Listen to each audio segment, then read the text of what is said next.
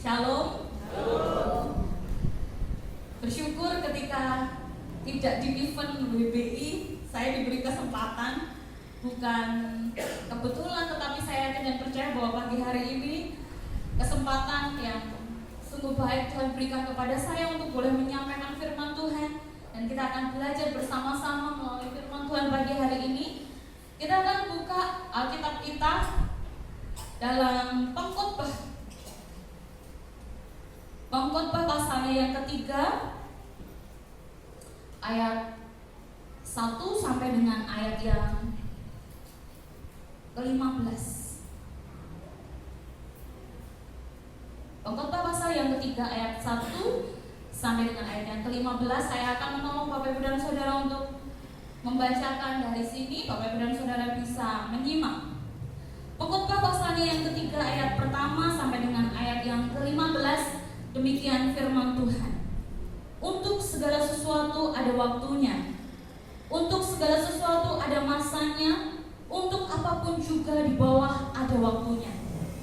Ada waktu untuk lahir, ada waktu untuk meninggal, ada waktu untuk menanam, ada waktu untuk mencabut yang ditanam, ada waktu untuk membunuh, ada waktu untuk menyembuhkan, ada waktu untuk merombak, ada waktu untuk membangun.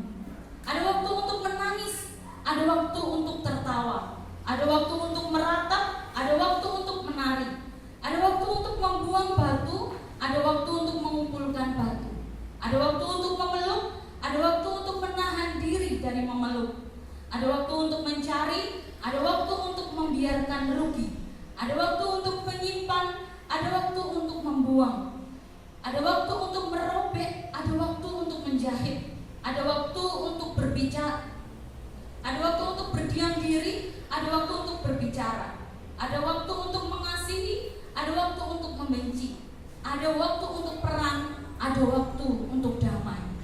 Apakah untung bekerja dari yang dikerjakannya dengan berjerih payah? Aku telah melihat pekerjaan yang diberikan Allah kepada anak-anak manusia untuk melelahkan dirinya. Ia membuat segala sesuatu indah pada waktunya. Bahkan ia memberikan kekekalan dalam hati mereka. Tetapi manusia tidak dapat menyelami pekerjaan yang dilakukan Allah dari awal sampai akhir. Aku tahu bahwa untuk mereka tak ada yang lebih baik daripada bersuka-suka dan menikmati kesenangan dalam hidup mereka. Dan bahwa setiap orang dapat makan, minum, dan menikmati kesenangan dalam segala jerih payahnya, itu juga pemberian Allah. Ayat 14. Aku tahu bahwa segala sesuatu yang dilakukan Allah akan tetap ada untuk selamanya. Itu tak dapat ditambah dan tak dapat dikurang. Allah berbuat demikian supaya manusia takut akan Dia. Ayat terakhir. Yang sekarang ada dari dulu sudah ada, dan yang akan ada sudah lama ada, dan Allah mencari yang sudah lalu. Amin. Bapak Ibu dan Saudara yang dikasihi Tuhan, mungkin ketika kita mendengar ayat ini biasanya di dalam perkabungan gitu ya.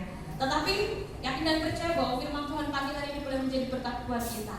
Saudara yang diberkati Tuhan, pernah tidak Bapak Ibu dan Saudara itu berangan-angan atau berpikir untuk kembali mengulang masa-masa yang mungkin, kalau mengulang biasanya pas masa-masa yang indah pastinya ya.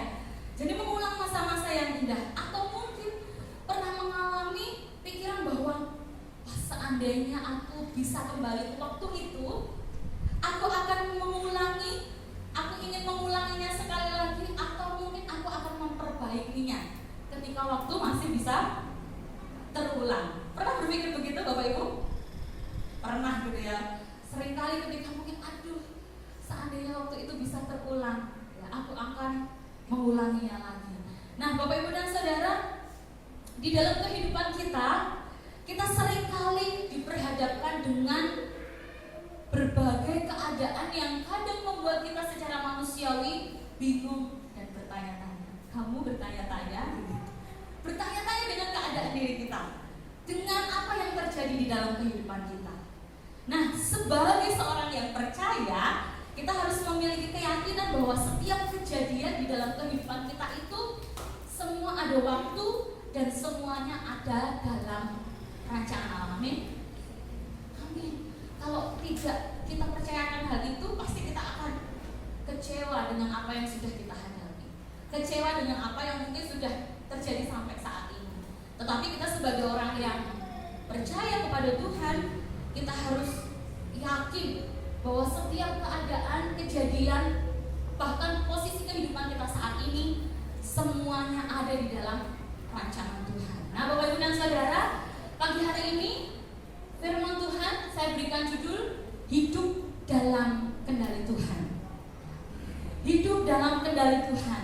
Dari Pengkhotbah pasal yang ketiga ayat 1 sampai dengan ayat yang ke-14 tadi memberikan pengajaran penting Bapak Ibu dan Saudara untuk mengingatkan kepada kehidupan kita bahwa hidup kita itu ada dalam kendali Tuhan. Jadi kita itu tidak bisa hidup ini karena kita sendiri. Semua hidup kita ini ada dalam kendali Tuhan. Nah, pengajaran pentingnya ada 3 hal. Yang pertama, kita mau melihat kembalian ayat yang sudah kita baca tadi, dari ayat yang pertama sampai dengan ayat yang ke-8. Ya, kalau Bapak Ibu dan Saudara bisa mengingat tadi, ada waktu untuk lahir, ada waktu untuk meninggal, ada waktu untuk menanam, ada waktu untuk mencabut semua, ada waktunya. Dan pengajaran penting yang pertama supaya kita hidup dalam kendali Tuhan itu adalah, yang pertama adalah setiap hal ada waktunya. Seperti yang sudah tertulis dari ayat pertama sampai dengan ayat yang ke-8.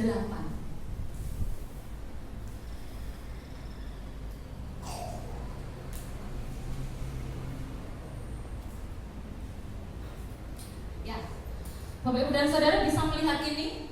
Apakah dari belakang jelas? Gambar apa ini Bapak Ibu? Apa? Jam. Iya. Jam ini jam yang dibalik terus belakangnya itu dibuka gitu ya. Nah, maksudnya apa Bapak Ibu dan Saudara?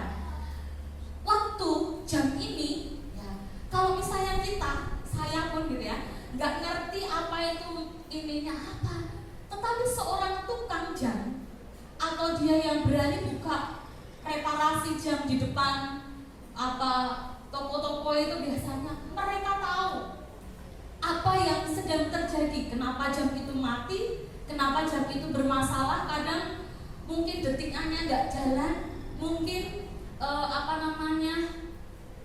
jamnya kok jadi lambat untuk berjalan. Seorang tukang jam tahu apa yang sedang terjadi dalam jam itu.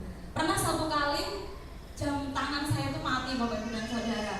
Kemudian kami bawa ke depan luwes gitu ya, biasanya kami membawanya, dan si bapak tukang jam ini bertanya, "Mbak, niki jam digentos baterai sing pundi?" gitu ya. Jadi jam saya itu ditawari ukurannya sama, harganya itu berbeda. Ada tiga pilihan harga. Loh Pak, kok benten-benten, padahal semuanya bisa dipakai untuk jam saya itu. Ternyata bapaknya itu bilang bahwa nek niki paling-paling di sasi mungkin jenengan langsung mriki meleh Mbak, gitu ya. Kalau yang ini nanti bisa awet. Ini yang paling bagus, paling awet sendiri. Seorang tukang jam itu tahu Bapak Ibu dan Saudara kapan waktunya onderdil jam ini bermasalah, bahkan sampai baterainya saja dia tahu kira-kira berapa lama itu bisa digunakan. Nah, Bapak Ibu dan Saudara dikasihi Tuhan, maksudnya apa? Setiap hal ada waktunya. Tuhan telah menetapkan waktu untuk segala sesuatu di bawah langit.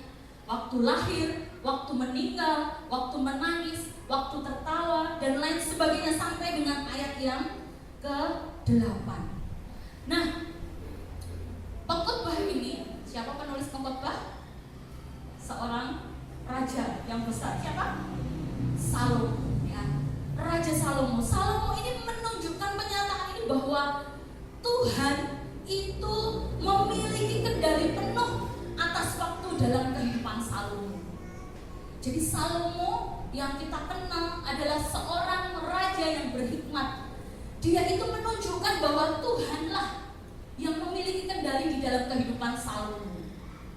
Nah, tidak ada yang terjadi secara kebetulan Bapak Ibu dan Saudara. Tidak ada yang terjadi delalah. Seringkali orang Jawa bilangnya apa? Delalah kok ya? Bejoku. Tidak ada kata delalah dalam kehidupan orang percaya. Semua tidak terjadi secara kebetulan. Setiap peristiwa yang terjadi di dalam kehidupan kita ini memiliki tujuan dan makna dalam rencana Tuhan yang agung.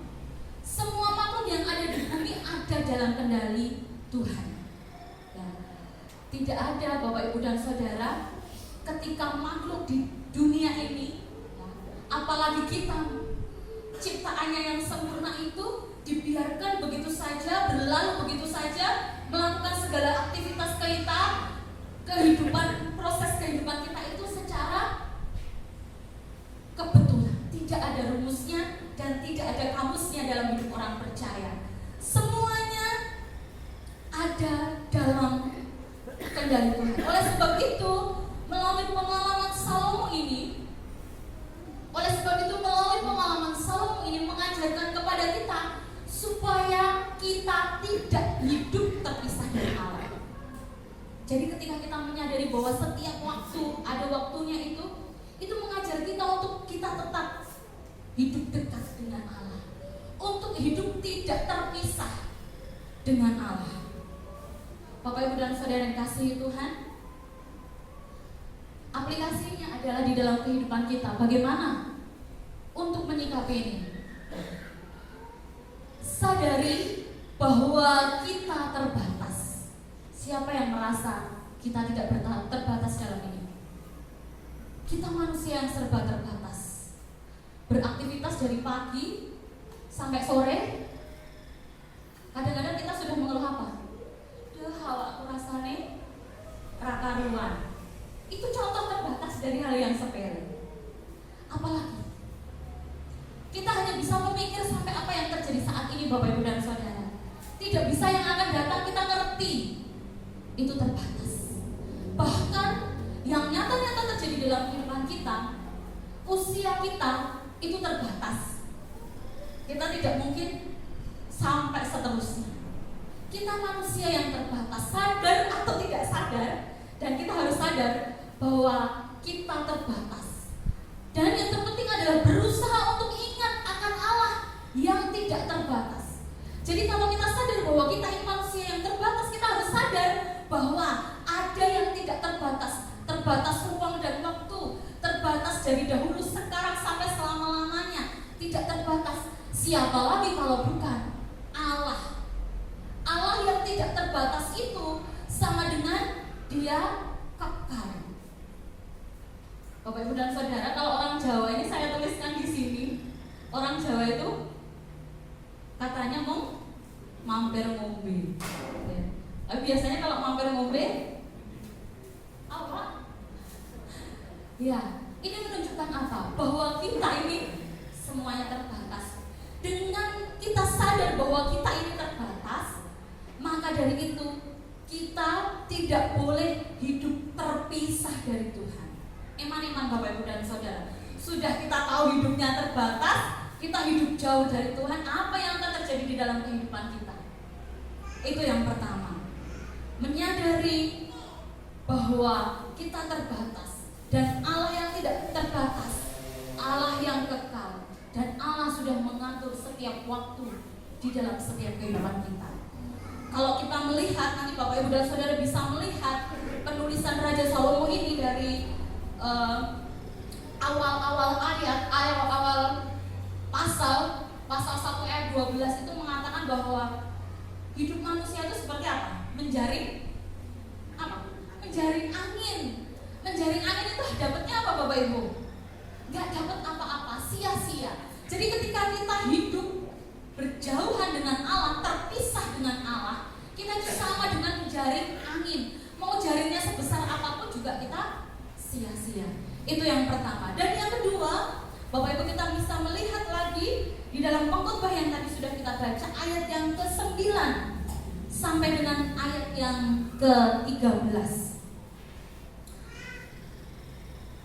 Ayat yang 11 saya akan bacakan ulang. Ia membuat segala sesuatu indah pada waktunya, bahwa ia memberikan kekekalan dalam hati mereka. Tetapi manusia tidak dapat menyelami pekerjaan yang dilakukan Allah dari awal sampai akhir. Nah, apa yang kedua yang kita bisa ambil pelajaran penting dari pengkhotbah ini tadi? Nah, Bapak Ibu dan Saudara, ini ada gambar lagi. Ada yang bisa menafsirkan ini sesuai dengan apa yang ada dalam pikiran saya? Di sini ada berapa orang? 2 orang. Lalu dia mainan mungkin zaman kita dulu ya, pakai kaleng bekas susu itu, kemudian dikasih tali nyambung ke sana, ya. Tetapi apa yang terjadi di tengah-tengahnya? Ruwet di sini, ya. Di sini sudah bludet-bludet di sini. Lalu si perempuan ini, karena ini laki-laki dan ini perempuan, ini ada tanda tanyanya. Kalau semalam saya ngobrol-ngobrol dengan Pak Kris dari gambaran ini, begini ya Bapak Ibu dan Saudara. Biasanya mah, kalau laki-laki itu ngomong sesuatu, ekspektasinya perempuan gimana? Beda. Atau mungkin sebaliknya. Jadi kalau perempuan itu maunya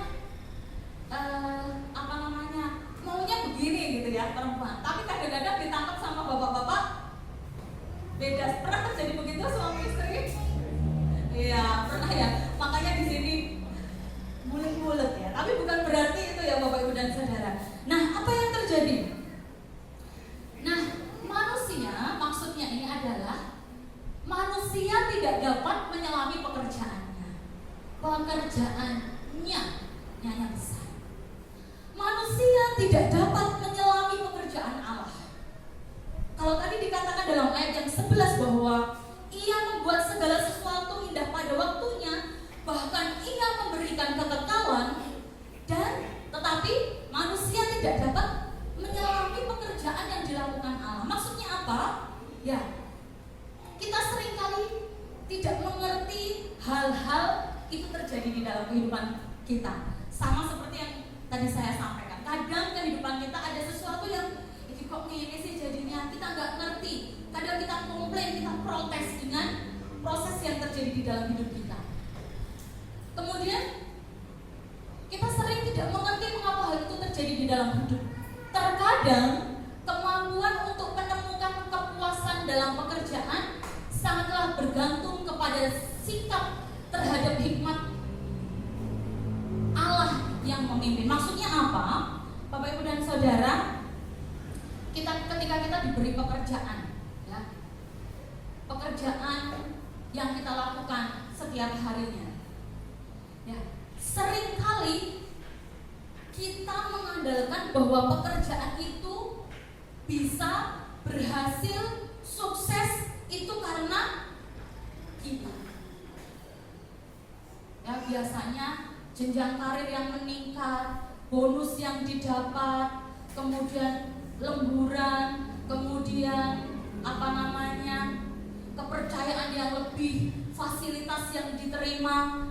Seringkali itu kita merasa bahwa pekerjaan atau tanggung jawab yang diberikan kepada pekerjaan itu karena kita yang bekerja keras, kita yang mengupayakan itu dengan keringat, dengan bercucuran, ya, dengan mengupayakan semaksimal mungkin sehingga kita mendapatkan sebuah reward apapun itu.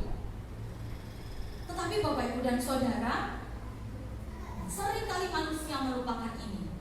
Ada 2 hal yang sering dilupakan dalam poin yang kedua ini. Ya, yang sering terlupakan. Yang pertama, manusia sering lupa bahwa Allah telah memberikan pekerjaan untuk manusia lakukan. Bapak Ibu dan Saudara, sudah seberapa lama Bapak Ibu dan Saudara bekerja? Bukan bekerja di tempat yang sekarang, tetapi sudah berapa lama Bapak Ibu dan Saudara bekerja sampai saat ini?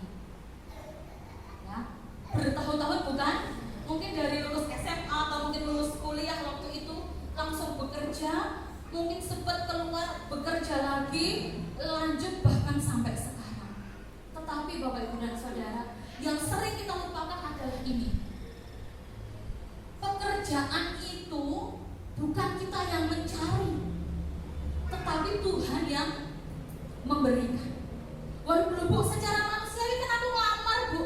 Iya, kalau kita nggak melamar juga nggak dipanggil. Kita kan mencari, iya benar. Tetapi Bapak Ibu dan Saudara, kita harus sadari Allah yang memberikan pekerjaan itu kepada kita. Walaupun mungkin terkadang Bapak Ibu dan Saudara ngeluh dengan pekerjaan, sing koncone nggak enak, sing bose nggak enak. Tetapi perlu disadari bahwa setiap kita mesti mengalami itu. Temannya enak, pimpinannya nggak enak. Teman-temannya enak, gajinya nggak enak. Gajinya enak, pekerjaannya nggak enak. Ini akan selalu apa ya? Bergandeng, berdekatan. Tetapi yang perlu kita sadari adalah itu pemberian Allah. Dan yang terlebih penting adalah ketika kita jauh dari Allah, pasti pikirannya itu adalah itu karena usaha dan upaya kita. Sehingga Bapak Ibu dan Saudara, ketika kita memiliki hubungan dekat dengan Allah, kita selalu menyadari bahwa pekerjaan itu pemberian Allah, anugerah dari Allah. Kita terus mensyukuri atas pekerjaan yang Tuhan berikan. Tetapi ketika kita jauh dari Allah, pasti kita tidak akan mungkin berpikir begitu. Pikirannya itu tadi, pekerjaan ini aku kok yang mengupayakan, aku kok yang mencari, aku kok yang mendapat. Ketika jabatannya dinaikkan, aku kok yang bekerja keras. Ketika dapat fasilitas, aku kok yang berusaha. Ketika dapat bonus lagi, aku kok yang mati-matian mengejar ini. Akunya Bapak Ibu dan Saudara, ketika kita jauh dari Tuhan. Dan yang kedua, yang sering kita tinggalkan adalah yang sering terlupakan. Manusia sering lupa bahwa hasil pekerjaannya merupakan pemberian darinya. Ketika tadi kita di awal dikatakan bahwa ketika pekerjaan itu pemberian dari Allah, hasilnya pun itu juga pemberian dari Allah. Sekali dulu Bu, gaji saya itu 1 juta. Hari ini saya terima 1.500.000 karena saya itu lembur bekerja keras dari pagi sampai pagi lagi. Sadari Bapak Ibu dan Saudara, itu pemberian Allah. Itu anugerah Allah. Apa yang dikerjakan membuahkan hasil manusia. Tetapi seringkali manusia lupa bahwa itu adalah pemberian Allah. Kenapa? Karena sekali lagi hidup kita jauh dari Allah. Ketika kita jauh dari Allah, kita itu merasa apa-apa bisa sendiri. Kita itu merasa apa-apa mampu sendiri. Padahal sesungguhnya semuanya adalah Tuhan yang menganugerahkan. Bapak Ibu dan Saudara, yang sangat penting.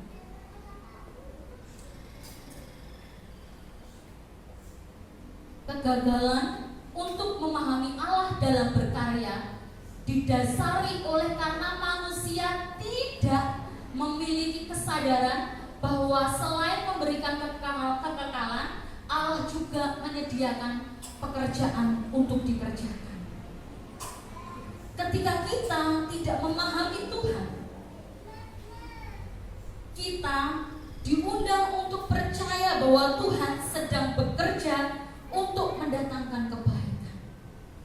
Bapak Ibu dan Saudara, ingat, Tuhan membuat segala sesuatu indah pada waktunya. Bapak Ibu dan Saudara, sedikit mengulas tentang Salomo.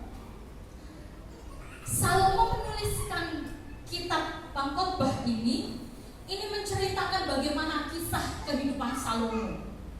Yang kita ingat, Salomo seorang raja yang sangat berhikmat, gitu ya. Nah, maksudnya apa Salomo menuliskan tentang pengalaman hidupnya, kisah hidupnya ini? Supaya saat itu bangsa Israel dan keturunannya dapat mengambil kehidupan dari hikmah dari kehidupan yang dialami oleh Raja Salomo. Ya saudara, Raja Salomo ini ya menuliskan kitab Pengkhotbah ini ketika usianya sudah senja. Jadi sudah tua gitu ya. Sudah tua. Selama ini Salomo memang berhikmat ya. Bahkan dikatakan bahwa ketika kami mencari referensi yang lain bahwa penulisan kitab Pengkhotbah ini Salomo sudah tua dan hampir mati, tetapi dalam keadaan sadar bahwa hidupnya saat itu jauh dari Allah. Kenapa? Ya. Nah, karena Salomo ini mengingat bahwa dia selama kehidupannya ini punya hikmat, dia mendapatkan segala sesuatu mungkin secara duniawi, kondisinya baik ya Raja Salomo itu. Tetapi Salomo mengungkapkan bahwa ada dalam hidup itu harus ada rasa takut akan Allah. Sehingga dia menuliskan supaya bangsa Israel dan keturunannya, termasuk yang baca sampai saat ini, mengingat bahwa kita harus hidup dekat dengan Allah. Jangan sampai seperti menjalin angin itu kan, kesia-siaan. Nah, lalu apa aplikasinya dalam poin yang kedua bahwa manusia tidak dapat menyelami pekerjaan Allah? Aplikasinya adalah bertanggung jawablah atas pekerjaan yang Allah percayakan, sebab itu adalah anugerah. Bapak Ibu dan Saudara, ketika kita bekerja itu bukan hanya sekedar mosok orang hidup tidak bekerja, tidak begitu Bapak Ibu dan Saudara. Tetapi apapun pekerjaan kita saat ini bertanggung jawab. Bukan hanya bertanggung jawab secara organisasi dengan pimpinan, dengan perusahaan, tetapi bertanggung jawab kepada Allah. Karena sesungguhnya Allah lah yang memberikan. Yang kedua, janganlah pekerjaanmu itu menjadi pemisah dengan Allah. Ini yang terpenting, ya. Janganlah pekerjaanmu itu menjadi pemisah dengan Allah. Justru ketika kita diberkati, ya, dalam pekerjaan itu semakin hidup kita dekat dengan Allah. Karena apa? Karena kita sadar bahwa pekerjaan yang Allah berikan itu kepada kita sebagai sebuah anugerah. Bapak Ibu dan Saudara yang kasih Tuhan, manusia tidak dapat menyelami pekerjaannya, tetapi manusia harus menyadari bahwa pekerjaan kita adalah anugerah Allah. Apapun pekerjaan yang Tuhan percayakan di dalam kehidupan kita. Yang ketiga Bapak Ibu dan Saudara, tadi yang pertama setiap hal ada waktunya. Yang kedua, manusia tidak dapat menyelami pekerjaannya. Dan yang ketiga, yang tidak kalah penting adalah, ini Bapak Ibu dan Saudara, apa kira-kira ini? Ini ada orang, kemudian dia sedang menuliskan di sini. Kalau tidak terlihat ya, ini adalah sukses, tulisan sukses. Kemudian ini ada ide, ada diskon, sale. Kemudian ada grafik yang terus semakin meningkat. Ada progres-progres yang ditunjukkan. Maksudnya apa? Di sini adalah, ini saya ibaratkan bahwa Allah yang menjadi master plan dalam kehidupan kita. Jadi kita itu ada dalam master plan-nya Allah. Kita itu sudah dirancang oleh Allah. Nah, poin yang ketiga adalah rencana kekal Tuhan. Tuhan itu, Allah itu sudah memiliki rencana di dalam kehidupan kita. Ayat yang ke-14 dan ayat yang ke-15 kembali kita akan melihat dari ayat yang ke-14. Aku tahu bahwa segala sesuatu yang dilakukan Allah akan tetap ada untuk selamanya, akan tetap ada untuk selamanya. Itu tidak dapat ditambah dan tidak dapat dikurang. Allah berbuat demikian supaya manusia takut akan Dia. Yang sekarang ada, dulu sudah ada, dan yang akan ada sudah lama ada, dan Allah mencari yang sudah lalu. Bapak Ibu dan Saudara, master plan yang tadi saya tunjukkan, rencana kekal Allah, itu sesungguhnya adalah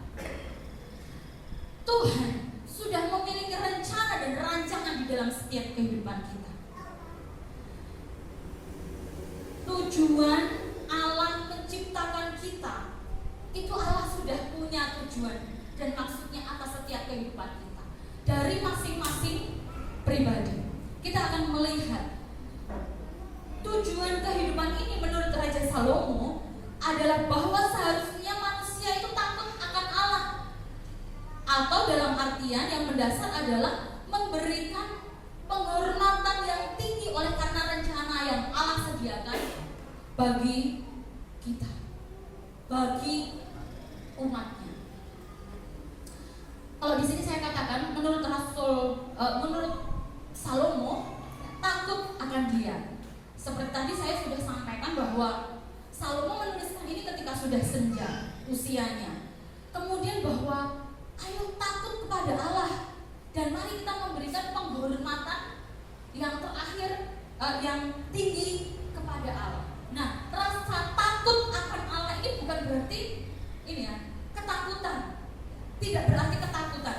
Akan tetapi takut yang dimaksud oleh Salomo ini adalah menaruh rasa hormat kepada Allah. Jadi ketika beda ya Bapak Ibu dan Saudara, ketika takut dengan takut akan Allah itu yang dimaksud oleh Salomo adalah memberikan penghormatan yang tinggi, memberikan apresiasi yang sangat tinggi kepada Allah sebagai perancang kehidupan kita. Nah, kita mengerti bahwa rasa takut akan Allah ini atau penghormatan yang mendalam kepada Allah ini itu terhadap rencana Allah yang tidak pernah gagal, dan kita memiliki keyakinan penuh dalam segala rencananya. Jadi Bapak Ibu dan Saudara, tapi masih sering kali itu saya mengalami kegagalan, mengalami kemunduran, mengalami jatuh bangun dalam kehidupan ini. Bapak Ibu dan Saudara, selama kuncinya kita dekat dengan Allah dan kita yakin bahwa Allah sudah memiliki rancangan atas kehidupan kita, kita yakin semua tidak akan berakhir pada posisi kita sedang jatuh, atau mungkin kita sedang tidak baik. Selama kita beriman bahwa proses hidup kita itu ada di dalam kendali Allah. Saya tahu tidak mudah Bapak Ibu dan Saudara ketika mempraktekkan atau mungkin melakukan ini. Terkadang mungkin sebagai manusia merasa berat, merasa tidak mampu. Kuncinya satu Bapak Ibu dan Saudara, kita sadar bahwa hidup kita itu ada dalam kendali Allah. Seperti andong atau dokar itu Bapak Ibu dan Saudara ya. Saya seringkali mengamati ketika ke Ngaru-Aru itu ada andong, dia pakai kuda, sebegitu lihainya, hanya dengan tali kuda ini tahu kapan berhenti, kapan belok kanan, kapan belok kiri, padahal tidak ada komunikasi, hanya lewat tali itu ya, betul ya, lewatnya hanya tali itu. Nah ini Bapak Ibu dan Saudara, siapa yang mengendalikan? Bukan kudanya. Kalau kudanya gitu pokoknya lari terus ya, nggak mungkin dia akan belok kanan belok kiri. Tetapi ada kusirnya yang mengendalikan. Sama dengan kehidupan kita Bapak Ibu dan Saudara, kita itu pelaksana. Tuhan yang sudah mengendalikan di dalam kehidupan kita. Kehidupan kita itu ada dalam kendali Tuhan. Belok kanan. Kemungkinan kalau kuda delman itu mungkin ada jeglongan mungkin gitu ya, ada jalan itu, si Pak Kusir yang tetap yang akan bisa mengendalikan. Sebegitu tunduknya si kuda ini kepada pengendalinya. Yang punya hidup siapa? Yang kudanya yang punya hidup. Tetapi semuanya ada dalam kendali Pak Kusir. Sama Bapak Ibu dan Saudara. Bukan berarti saya menyamakan kita dengan kuda, tidak. Tetapi inilah contoh real bahwa hidup kita ini ada dalam kendali Tuhan. Prioritaskan Allah dalam hidup Bapak Ibu dan Saudara.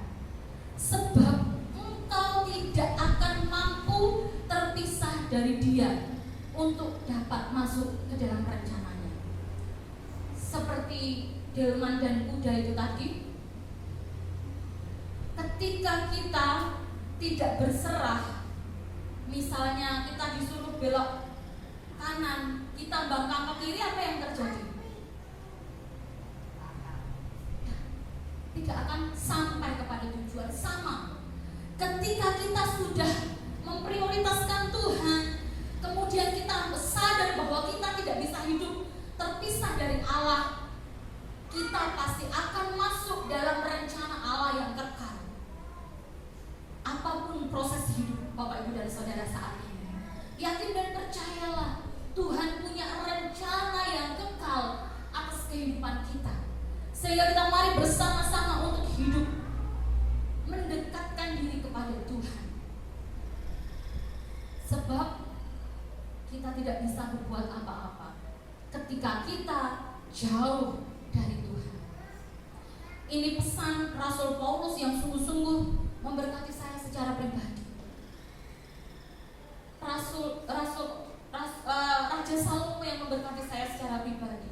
Bagaimana Raja Salomo menyadari hidup harus dekat kepada Allah, supaya tidak terjadi kesia-siaan, supaya kita bisa masuk dalam rencana Allah, supaya kita bisa bersama-sama dengan Allah menuju kepada rencana Allah yang kekal akan kehidupan kita.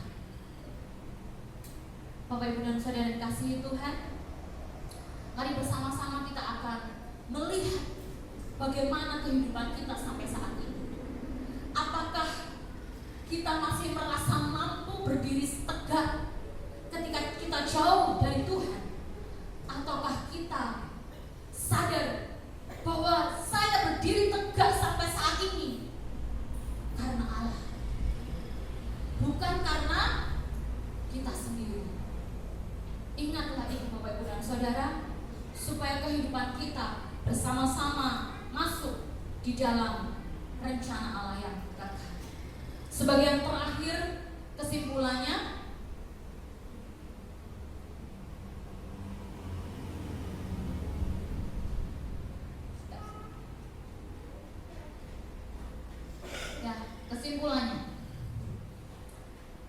ketika menghadapi berbagai masa dan waktu dalam hidup ini, ingatlah selalu bahwa Tuhan memiliki rencana yang indah atas hidupmu.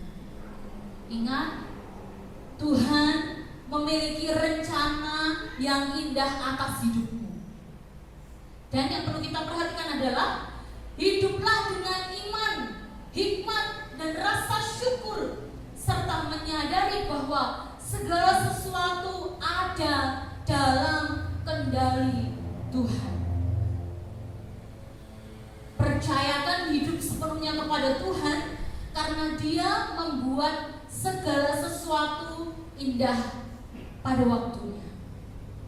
Bukan indah waktu kita, tapi indah pada waktunya Tuhan. Oleh sebab itu, takutlah akan Dia. Ini yang tidak boleh dilupakan Bapak Ibu dan Saudara. Oleh sebab itu, takutlah akan Dia dengan meletakkan hormat yang setinggi-tingginya hanya kepada Tuhan Allahmu. Libatkan Tuhan dalam segala hal dalam hidupmu. Allah tidak menginginkan engkau memiliki hubungan yang terpisah darinya. Saya undang pemusik untuk maju ke depan. Kita akan melihat Tuhan tidak mau hidup kita itu jauh dari Tuhan. Tuhan mau ketika apa yang sudah direncanakan oleh Tuhan itu juga kita bisa masuk dalam rencana Tuhan, karena rencananya adalah rencana yang kekal.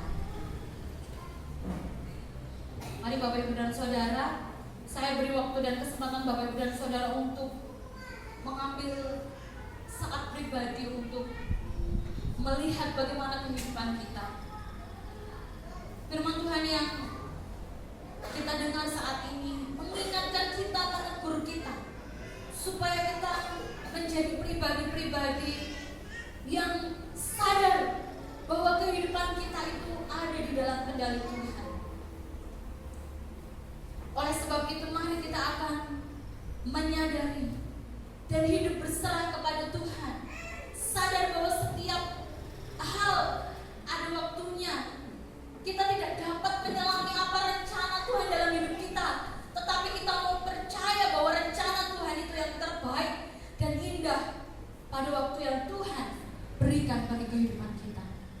Sehingga akan menaikkan pujian, kita akan menyerah. Saya beri kesempatan bagi Bapak Ibu dan Saudara untuk berdoa secara pribadi di hadapan Tuhan. Mari kita bersyukur atas penyertaan Tuhan, kasih Tuhan, rancangan Tuhan yang sampai saat ini sudah terjadi di dalam kehidupan Bapak Ibu dan Saudara. Bukan karena kuat dan gagah kita berdiri sampai saat ini, kita kuat, kokoh berdiri, tetapi semua karena Tuhan yang mengendalikan kehidupan kita.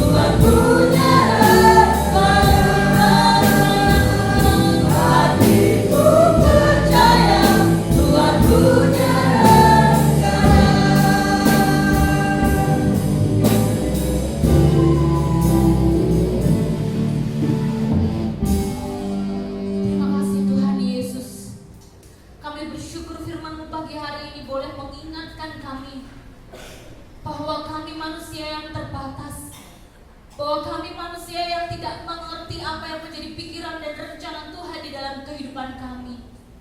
Oleh sebab itu kami mohon ampun Tuhan, ketika sering kali kami merasa mampu, merasa bisa, merasa sanggup menghadapi kehidupan kami sendiri.